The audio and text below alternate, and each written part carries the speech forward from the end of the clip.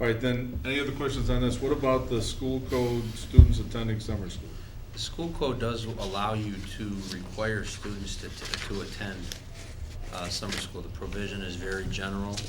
It's not something we have practice here, but the way the school code is written, that if it's in a math or reading course and the school wants to require attendance, that all that's required is proper notification. There is no clarification in the school code on whether or not we'd have to pay for it. For someone like RB who charges for their summer school, I would think if we started to make it a requirement, we may be required to have to pay for it. I'm not sure where Tim was going with the question. Well, So, I think one of the last presentations that Pam and Kristen did with the group was this credit recovery type that a lot of the kids who need it don't take it. Am I right? Or some percentage of the kids don't take it, and I happen to be reading through the school code one day when I had nothing better to, no, I was looking for something else, and I found that we could actually, there's this rule that says we could make students, if they're falling behind, go to summer school. So when you look at what our goals are, et cetera, I realize it might seem a little punitive, but if our goal is to try to get kids to graduate from high school, and some of the kids that would need the help, we could make them do it, or at least attempt to do it. It seems like it's something we should at least consider. I mean, I don't know how I'd react as a parent if I was told my kid has to go, or how you would do it, but at the end of the day, it's to try to get the kids to graduate. So if there's other things we make them do that they don't want to do, not necessarily in the summer, in all different sort of ways, and I just think it's something that should be considered.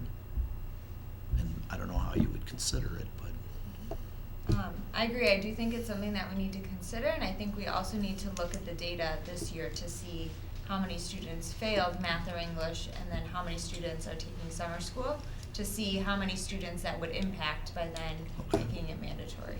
that's fair enough. That also would be an incentive. To do better. Yeah. Good point, John. I was trying to think, it seems like just a stick, but if there was some carrot you could tie to it, I that went would to be. pro grade school and high school, and it was required. I mean, the teachers, if you failed, you had to go. But as we're just keeping a watchful eye on it this year, because I don't know that we want to be in the business of creating more and more policies. If we have a student who failed and they don't come and take credit recovery, we might want to find out why. right. Why wouldn't Some of it might be the deterrent of the money. Yeah. Now, we do have some Title I money this year, so that when we advertise for summer school, if a kid is on free or reduced lunch, there'll be opportunities for some waivers to offset those costs, which is. Or I can remind you, as I always do, we have a policy that says the superintendent and the principal Can waive that. can waive fees You if can they waive. deem it appropriate, aside from that even. Right. So we're already set up to do that if that's what. Okay, any other questions on this? So cost should never be an issue. Well, I don't see Gary speaking on that. No, I'm not saying. Not- Yeah, right now, Well, John, it should be you know. for somebody who has a hardship and needs to retake a class. Yeah. Right. All right, let's move on to old business, band uniforms. Any update? No action at this time. Thank you, Kristen. Thank you, Thank Kristen, very much. Good job.